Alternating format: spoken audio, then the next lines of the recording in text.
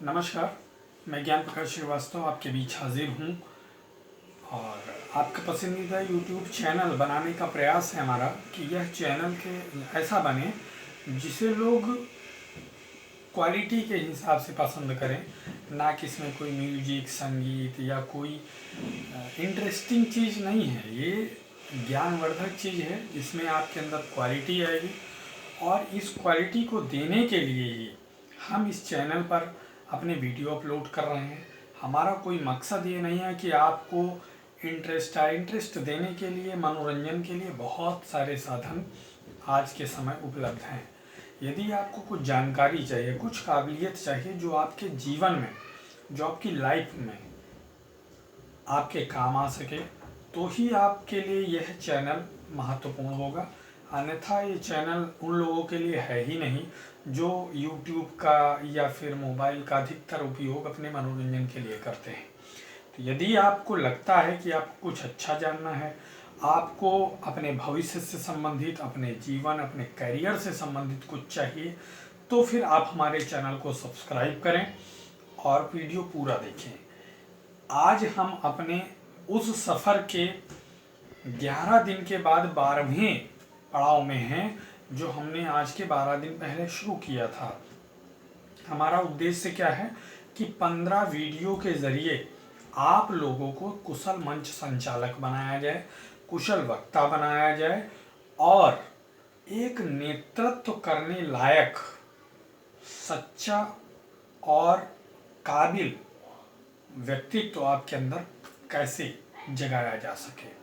ये सफ़र हमारा है और इसके 12वें वीडियो में आज हम आपके सामने हैं।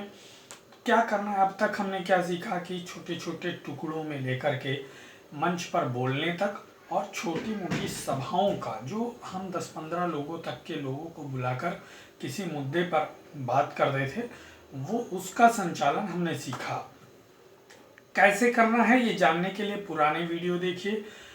आपने नहीं देखा है तो इसी वीडियो के डिस्क्रिप्शन बॉक्स में आपको उनके लिंक मिल जाएंगे, आप उनके ज़रिए वीडियो देख सकते हैं।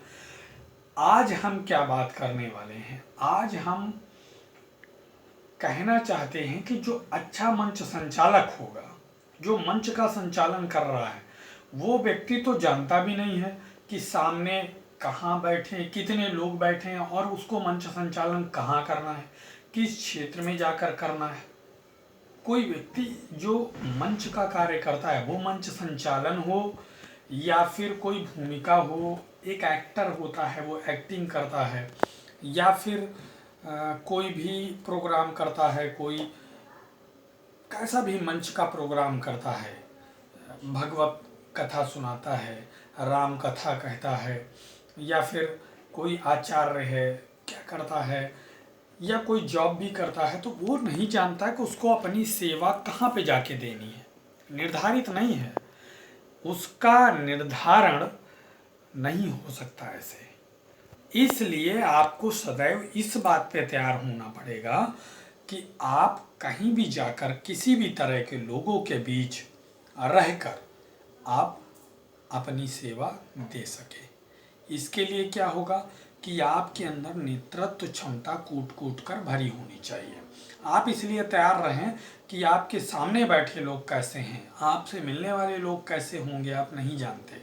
बस आप ये जानते हैं कि जो भी मिलेगा, जिस प्रकार का मिलेगा और जिस परिस्थिति में मिलेगा, जहाँ भी मिलेगा, हम उसका नेतृत्व कर सकेंगे, हम सही संचालन कर सकेंगे और जिस भी उद्देश्य को लेकर हम उनसे मिलने गए हैं, उस उद्देश्य को उनके बीच बहुत सटीक रूप में और अच्छे तरीके से उनको समझाते हुए अपने उद्देश्य की पूर्ति करेंगे।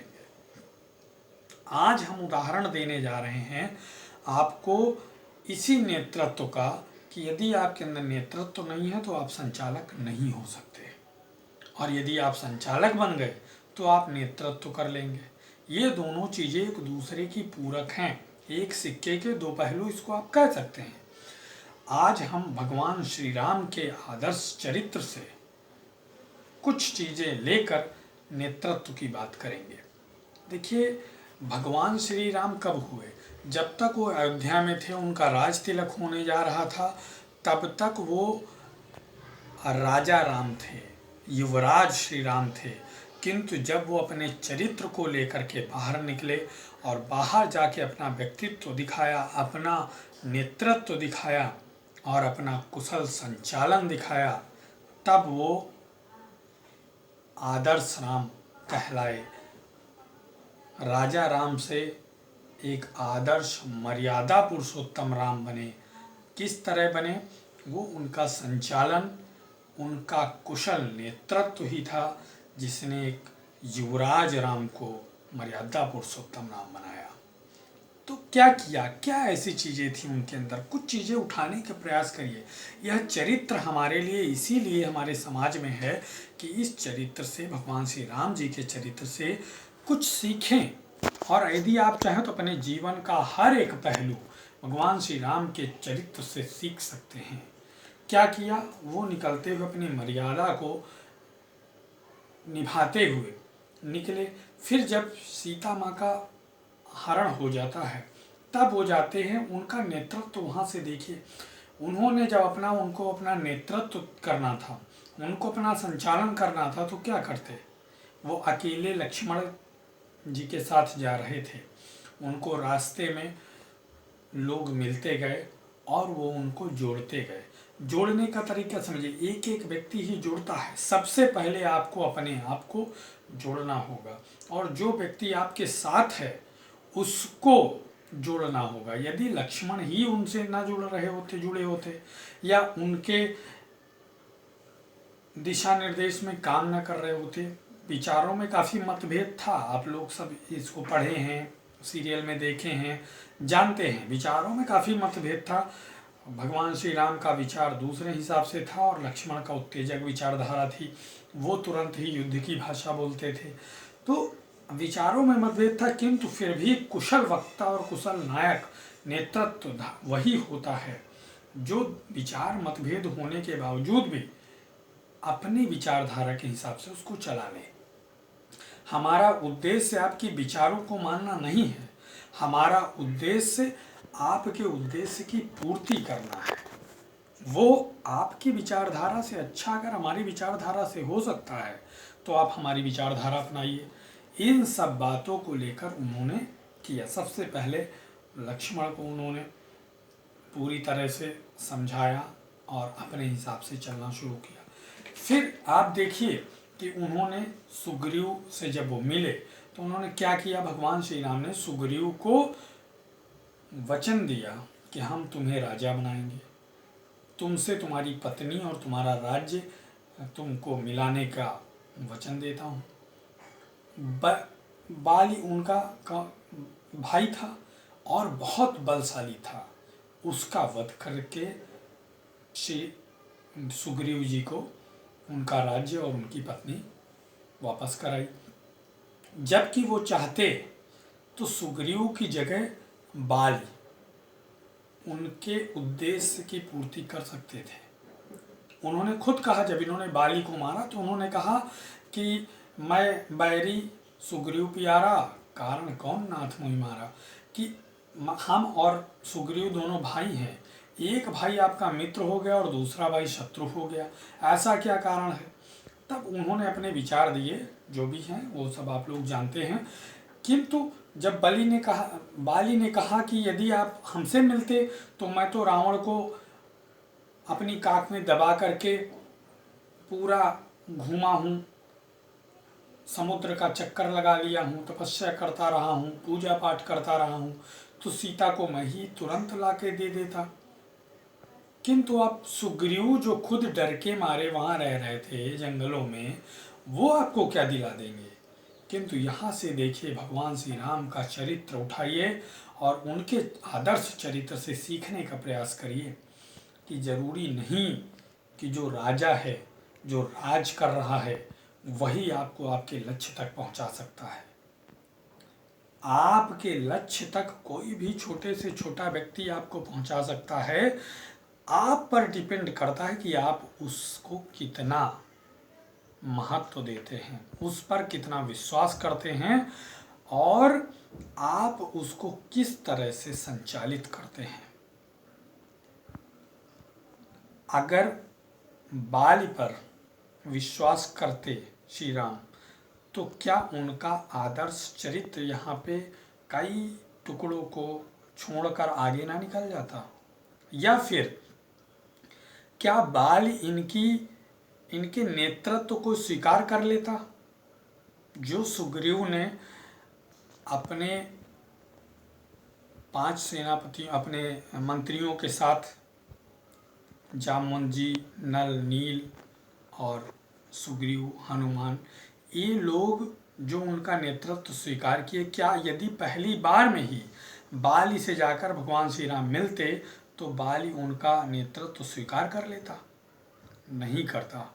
शायद आप ये सोच सकते हैं, विचार करिए कि क्यों बाली से ना मिलकर सुग्रीव से मिले, हारे हुए व्यक्ति से क्यों मिले, जीते हुए व्यक्ति से। फिर आगे बढ़े तो समुद्र तट के किनारे उन्होंने लंका का राज, लंका युद्ध होने से पहले, राम रावण युद्ध होने से पहले लंका को